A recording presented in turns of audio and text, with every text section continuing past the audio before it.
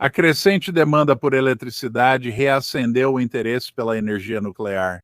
Crucial para isso é o urânio, uma fonte doméstica confiável de urânio.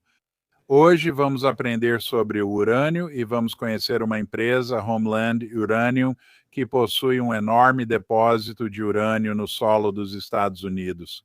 Vamos fazer tudo isso com Roger Lamate. Espero ter pronunciado seu nome corretamente, senhor. Ele é o CEO da Homeland Uranium. Roger, seja bem-vindo. Em nome do nosso espectador, obrigado por compartilhar seu conhecimento conosco. Agradeço por nos receberem. Estou animado para contar o que sabemos sobre o setor de urânio e sobre a OMLA. Sim, eu acompanho de perto o setor de metais. Parece que todo dia vejo artigos dizendo que não há eletricidade suficiente para a revolução da IA. E agora parece que a energia nuclear está surgindo como a solução para isso. Você é o especialista nisso. Isso é realmente um fator relevante? E olhando para os próximos 10, 20 anos, como você vê as coisas mudando no setor de urânio? O aspecto da IA definitivamente é um fator importante. Eu não acho que foi necessário para colocar as coisas em movimento nesse caminho que estamos agora, mas com certeza foi. É definitivamente um combustível para o entusiasmo crescente em torno do urânio. Nós vemos uma situação na última década em que a demanda por eletricidade houve um crescimento real acontecendo no setor de urânio em termos de demanda gerada por novas usinas, principalmente fora dos países da OCDE, não na América do Norte. Nos últimos 5 ou 6 anos, isso mudou bastante, principalmente pela necessidade de eletricidade de base confiável, a área em que a energia nuclear se destaca. Lá energias renováveis, carvão, gás e a energia hidrelétrica, que tem crescimento limitado. Há menos locais disponíveis para novas hidrelétricas no mundo. Ter um fornecimento confiável de energia de base é essencial. Para muitos, a energia limpa é fundamental, já que a nuclear quase não emite poluentes e tem uma das menores emissões de carbono por quilowatt-hora em todo o ciclo de vida. E com a demanda por IA, que ajuda a impulsionar as tecnologias mais recentes para novas técnicas de construção, como os pequenos reatores modulares. E isso realmente mudou muito o Ocidente e, em particular, a América do Norte, o Canadá, mas principalmente os Estados Unidos, na necessidade de energia movida a urânio para além do que era antes. Acho que é algo que ninguém teria imaginado, nem mesmo há 5 anos. Ao falar em carga básica, você quer dizer apenas um fornecimento constante? Porque eu sei que a energia solar, obviamente, depende do sol, eólica depende do vento soprando. Como você falou, hidrelétrica exige um rio ou fonte de água. Mas com a energia nuclear, você pode basicamente fornecer um suprimento realmente estável de eletricidade. Essa é uma forma precisa de explicar o que você disse? Com certeza. Acho que para os especialistas em eletricidade, a carga básica é aquela quantidade mínima de energia que você precisa para abastecer tudo na rede no seu ponto mais baixo. Então vamos precisar disso de qualquer jeito. E aí a demanda por energia pode aumentar ou diminuir, dependendo se está quente ou frio. Ao chegar do trabalho, as pessoas ligam luzes e fornos, aumentando o consumo de energia. E as energias renováveis são fantásticas para esses picos. Mas a energia de base, todo mundo quer poder ligar o interruptor e saber que a luz vai acender. Se você é um centro de dados de IA, quer garantir que ele funcione sempre, né, independentemente do que aconteça.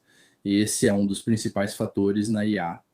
Certo. Então, quando focamos estritamente no urânio, você trabalha no setor de urânio há mais de 20 anos, já são 25 anos ou mais. Sim. Certo. Então você sim, você já vivenciou, acho que podemos dizer, sabe, todos os aspectos do mercado de urânio. Atualmente nós temos nos Estados Unidos, digamos, urânio suficiente para suprir o que o perfil de demanda futura de energia exige? Nem de perto. Certo? E mesmo que a gente aumente a produção, ainda está muito longe de sermos autossuficientes.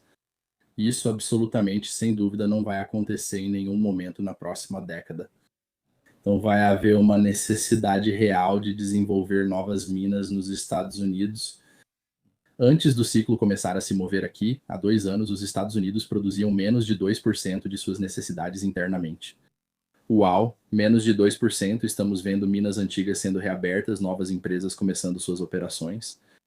E eu não acredito que isso vá mudar as coisas de forma substancial. É importante. E se você chegar a 10%, algo entre 10% e 20% é mais ou menos onde as previsões apontam. Você ainda fica muito dependente de fontes estrangeiras. E atualmente, ou nos últimos anos, ou nas últimas décadas, o domínio, você sabe, mais de 50% do urânio necessário para abastecer casas e empresas americanas por meio da energia nuclear tem vindo da Rússia, China ou da Rússia, Cazaquistão, Níger e Uzbequistão. Eles nem sempre são os países mais favoráveis aos interesses ocidentais, especialmente americanos. Sim. E sabe, se as coisas mudassem geopoliticamente, é meio assustador pensar que poderíamos ficar sem o combustível essencial de que precisamos para abastecer nossas usinas nucleares. Sim, quando olho para o preço do urânio, parece que há cerca de 2 anos ele realmente começou a subir. E isso foi, sabe, meio que antes de haver esse foco em garantir fontes domésticas nos Estados Unidos. Agora, você, com sua empresa Homeland Uranium, foi no início deste ano que a empresa foi lançada, isso está correto? Nós nos tornamos uma empresa de capital aberto em março. Tivemos uma empresa predecessora que ajudou a organizar tudo isso, que começou em abril de 2024. Eu entrei em algum momento no meio do processo para me juntar a isso. A oportunidade me foi apresentada e me pediram para ajudar a encontrar um destino para esses ativos. Eu estava sendo um participante importante de longo prazo no setor de urânio. Trabalhei pelo mundo todo, atuando em grupos como a Cameco e liderando empresas como o UBC ou o X, desculpe. Tenho boa noção do que é bom, ruim e péssimo nesse setor. E quando as oportunidades foram apresentadas para mim, eu poderia ter pensado: eu não acredito nisso. Não posso acreditar que é real porque nunca ouvi falar. Seria algo que eu teria pensado. Elas foram descobertas em 1979, justamente quando ocorreu o acidente de Three Mile Island e a indústria nuclear dos Estados Unidos praticamente colapsou, exceto pela operação das usinas de energia. Assim, foram esquecidas. Dou crédito aos vendedores que acharam isso e trouxeram para mim. Ajudei a reunir tudo com os outros e pediram que eu continuasse pela minha experiência. Mas eu realmente acredito que o que temos é que estamos em uma área produtora ativa, antiga, no norte do Colorado, que produziu urânio dos anos 50 até os anos 80, que tem um potencial para atingir um porte relevante a partir das descobertas feitas por operadores anteriores. Isso mostra nosso potencial se conseguirmos transformar isso em um produtor relevante nos Estados Unidos. Certo, certo. Então, esses projetos foram apresentados a você. Eles estão nos Estados Unidos? Eles estão no Planalto do Colorado. Isso está correto? Bem no extremo norte do Planalto do Colorado. Isso não fica só no Colorado. Ao ver o mapa, percebi que são cerca de 4 áreas. Mas esses projetos que você adquiriu, pelo que entendi, foram milhões e milhões de dólares gastos, talvez lá nos anos 70, explorando e determinando que havia urânio no solo. Mas aí aconteceu o acidente de Three Mile Island e, de repente, ninguém queria mais saber de energia nuclear ou urânio. Foi meio que um período de inverno nuclear que se prolongou. E agora que estamos entrando nessa nova era de aceitação e percepção de que a energia nuclear é realmente uma ótima opção para fornecer energia, esses projetos estão parecendo, eu diria, especialmente por estarem nos Estados Unidos, muito atraentes. Na nossa visão, sim. Quero dizer, é por isso que os adquirimos e estamos tentando levá-los adiante para que possam realmente se tornar produtores. Acho que certamente existem depósitos de maior teor no mundo fora dos Estados Unidos, como vemos no norte do Canadá e nessa bacia de Athabasca. Mas com essas coisas também vem desafios únicos. Nós vemos a necessidade de certeza geopolítica nos Estados Unidos para suas fontes de urânio, especialmente para a energia nuclear. Os presidentes vieram a público em maio e disseram: sim, queremos quadruplicar a produção de energia nuclear até 2050. Bem, se isso pode acontecer ou não, eu não sei. Mesmo que aumentasse 25% em relação ao que temos hoje, já seria uma proposta muito desafiadora para a indústria nacional. Isso indica uma necessidade maior de avançar com os projetos. No nosso caso, estamos buscando avançar com esses projetos em um período relativamente curto de tempo, comparado, por exemplo, a outras jurisdições no mundo que estão no setor de urânio. Certo, certo. Então, Homeland Uranium se encaixa, me corrija se estiver errado, entre uma empresa de exploração e uma em desenvolvimento, pois já houve muito dinheiro e muito trabalho investidos em exploração no passado. Explique isso para mim e para o espectador, como você vê onde a empresa está posicionada e talvez como as coisas podem mudar nos próximos, digamos, 12 a 24 meses. Normalmente, ao analisar uma empresa júnior de urânio ou outra commodity, eles apresentam uma ideia e dizem: vamos olhar aqui.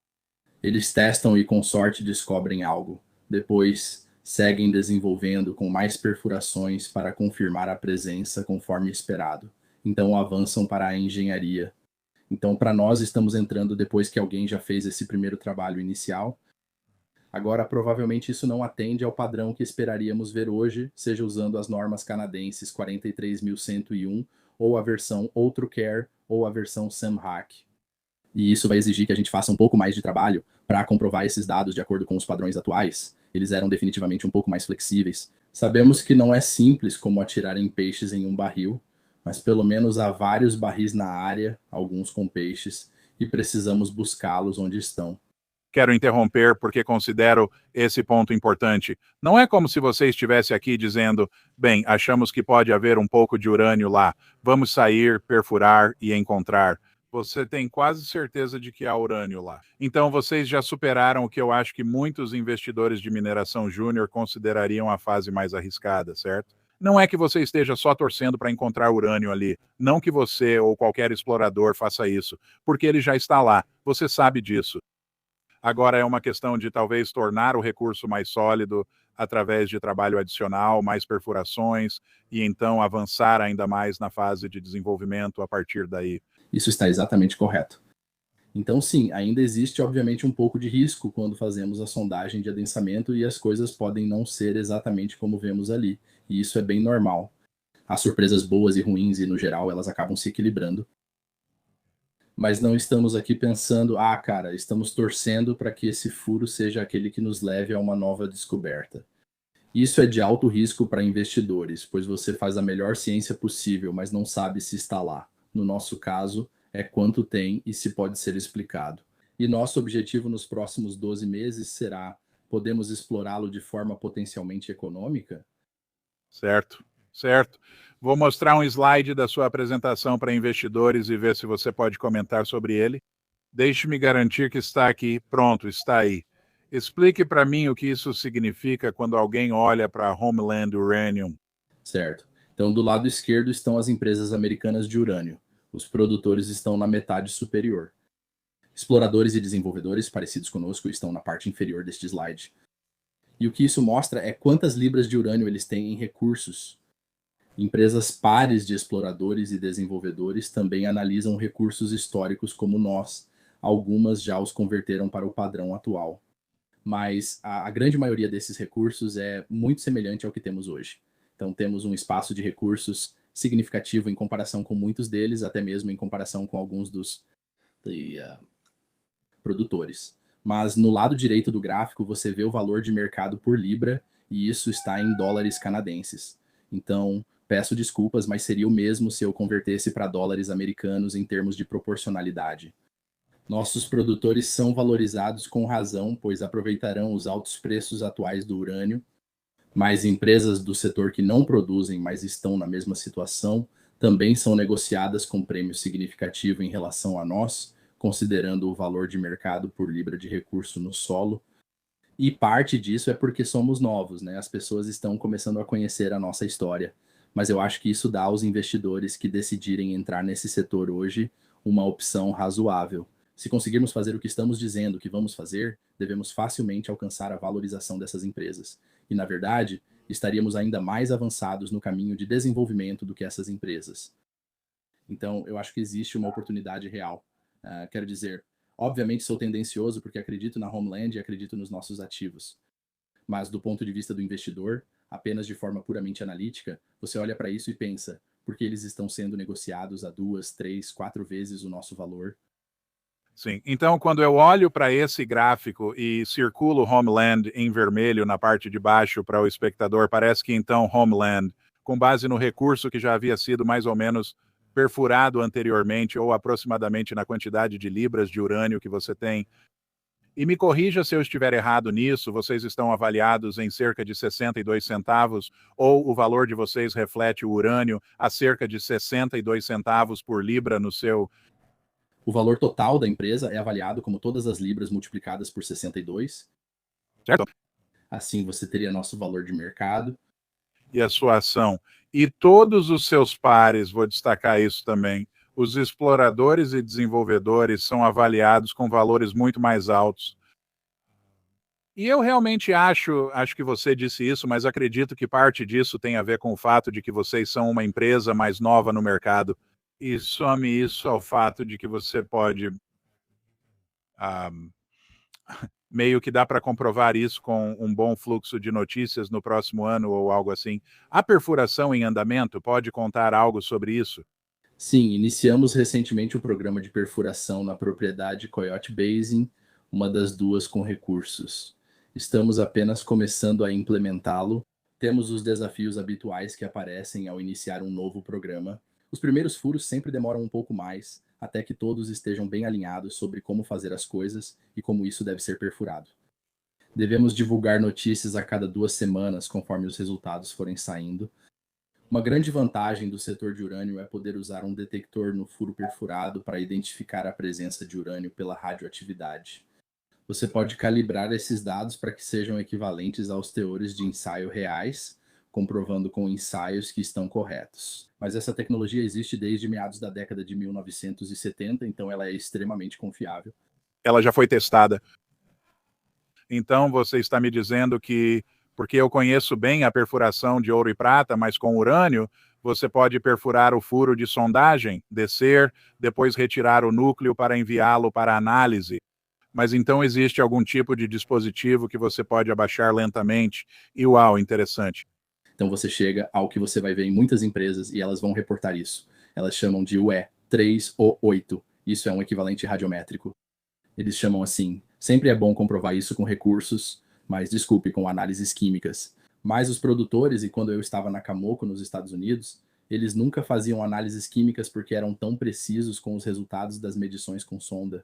Muito, muito interessante, muito interessante. E quanto às finanças da empresa, participação acionária da administração, você pode me dar um resumo sobre a posição de caixa e talvez, de novo, quanto das ações são detidas por pessoas de dentro da empresa?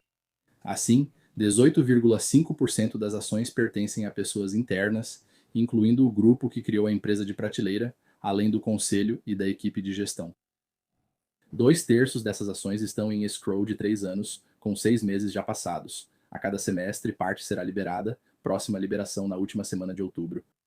Certo. 15% delas estão com a empresa da qual adquirimos o ativo do County Basin. Então, basicamente, ambos estão no mesmo escrow. Cerca de metade das ações está bem concentrada nas mãos de poucos acionistas. O restante temos Rick Rule como um dos nossos principais acionistas, com 1 milhão de ações. Sack Coal Resource é um dos maiores fundos de urânio, apesar de não existirem fundos enormes no setor. Eles também têm participação nas ações da empresa. Desculpe, perdi o raciocínio sobre onde eu queria chegar. Temos cerca de 9 milhões e meio de dólares em caixa no banco vindos do nosso financiamento. Conseguimos isso. A primeira parte da fase 2 prevê 35 furos, 17 mil pés, por cerca de 5,5 milhões de dólares canadenses, ou 4 milhões de dólares americanos. Então, estamos bem financiados para passar por esse programa e também para o próximo. Certo. E quero chamar a atenção para o fato de que você mencionou Rick Rule como um dos seus maiores acionistas. Ele é muito seletivo em relação às empresas. Eu acompanho Rick Rule, ouço o que ele diz e tento pegar dicas quando ele fala sobre certas empresas nas quais investe, porque ele não faz uma abordagem dispersa. Ele é muito seletivo em relação às empresas nas quais investe, então é uma ótima notícia ouvir isso. Você falou sobre Coyote Basin, mas há outro projeto também dentro daquele Planalto do Colorado, é o Headwash Skull Creek. Está correto? Sim. Estamos justamente no processo de rebatizar isso porque são duas propriedades que fazem fronteira uma com a outra. Vamos chamá-las de Crossbones. E por um motivo, se alguém for lá e pesquisar no Google por depósito de urânio Skull Creek no Colorado, vai encontrar um depósito realmente interessante. Esse depósito foi achado a cerca de 3 quilômetros ao norte daqui, onde mineraram 1,5 libra de urânio em 1953 ou 1956. Não foi o que compramos. Não foi isso que compramos. Chamamos de Crossbones. Foi descoberto por Uranga Shell Shaft, um dos maiores produtores em 79. Também passou pelo mesmo tipo de problemas relacionados ao que aconteceu na era de Three Mile Island. Esperávamos conseguir isso ao formar a empresa, mas só ficou disponível depois. Adquirimos há algumas semanas ou meses. E é praticamente o mesmo cenário que temos em Coyote Basin. Eles estão a 40 quilômetros de distância. Como operador, se ambos avançarem, provavelmente será de uma instalação comum, economizando muito capital. Provavelmente estamos de 6 a 8 meses atrasados em relação ao cronograma de Coyote Basin, mesmo tendo mais informações do passado que não conseguimos aproveitar tanto lá. Então, para tudo o que estamos planejando fazer, o objetivo aqui para Coyote Basin será chegar a um recurso inferido até o meio do próximo ano. Realizar trabalhos metalúrgicos nos próximos 6 meses e decidir se a ideia de lixiviação térmica funciona. E então, se tudo estiver se encaixando, vamos para um recurso inferido ou um recurso indicado, e depois serão realizados estudos de engenharia no final de 2027. Ok. O depósito Skull Creek Crossbones está cerca de 6 meses atrasado, seguindo praticamente o mesmo cronograma. Os marcos deles vão estar 6 meses atrasados. Então, estamos planejando perfurar lá na primavera, com um recurso até o final do ano que vem, em nível indicado, a mesma ideia.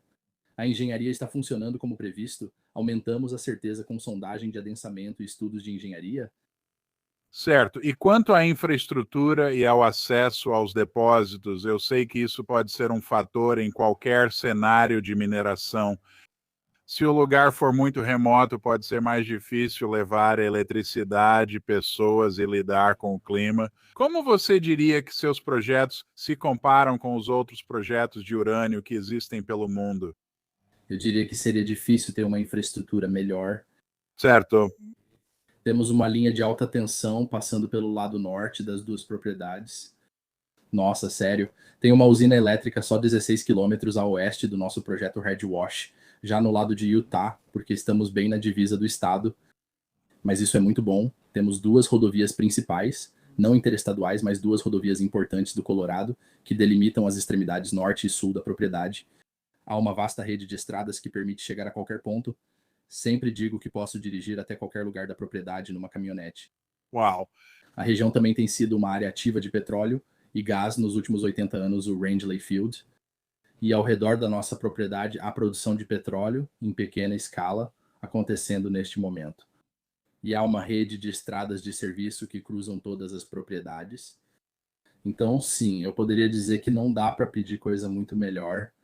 Sim, sim, não, é ótimo ouvir isso. Você, obviamente, tem bastante experiência na indústria de urânio. Quero voltar a esse assunto porque, depois de ouvir você falar sobre o que está acontecendo com o urânio e sobre o que está acontecendo com a Homeland, sinto que essa é uma empresa muito interessante, um cenário muito interessante. Você não entrou nisso por acaso, certo? Você disse que passou 25 anos nisso e trabalhou nas maiores empresas de urânio.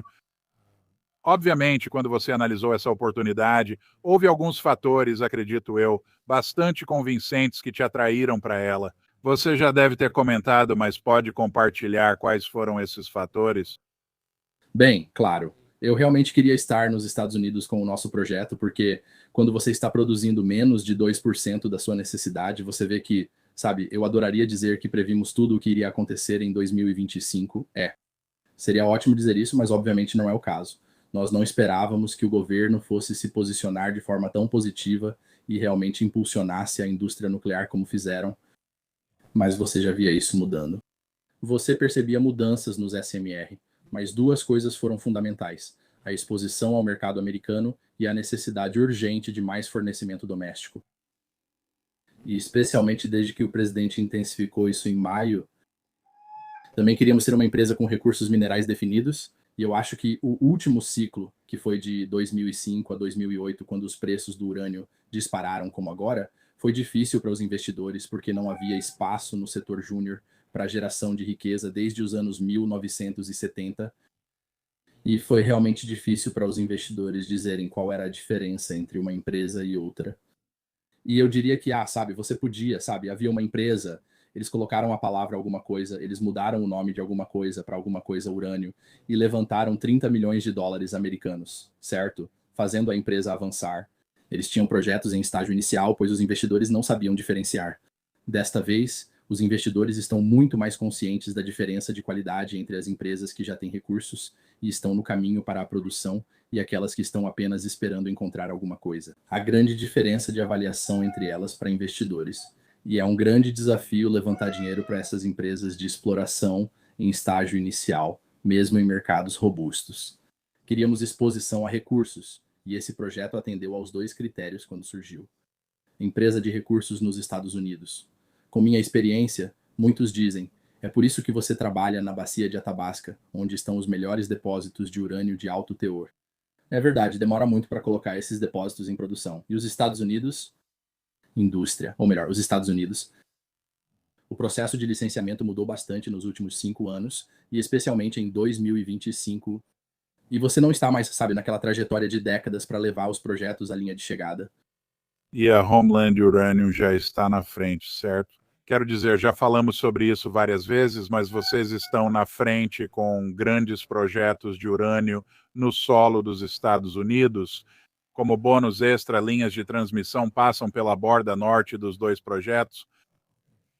O que mais poderíamos pedir? Quero mostrar o site para o espectador, caso ele queira saber mais, e depois te perguntar se há alguma palavra final ou algo que eu tenha esquecido de te perguntar. Site da Homeland Uranium para saber mais, homeland-uranium.com. No site homelanduranium.com você encontra mais informações. A Homeland Uranium é negociada na TSXV com o símbolo HLU e na OTC nos Estados Unidos como HLUCF. Você pode acessar aqui para ver a apresentação para investidores mencionada. Basta ir em investidores e descer até a apresentação corporativa, né? Fácil de baixar também. Opa, vamos colocar nós 2 de volta na tela. Não quero tirar o Roger.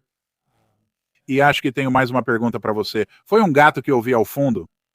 Sim, de alguma forma ela entrou aqui, não sei como. Também passo por isso, então entendo. Só queria confirmar. O nome da gata é Urânio, certo? Não, não, não, com certeza. É Grace, mas ela mia bastante. É, ela é mesmo. Roger, há algo que deixei de perguntar e deveríamos discutir? Talvez um pouco sobre a nossa equipe. Claro. Sim, tenho longa experiência na área. Trabalhei cerca de metade dos meus 25 anos na Cameco, em diversas funções. Eu estava na equipe de fusões e aquisições no último ciclo e gerenciava o portfólio global antes de ser convidado a sair.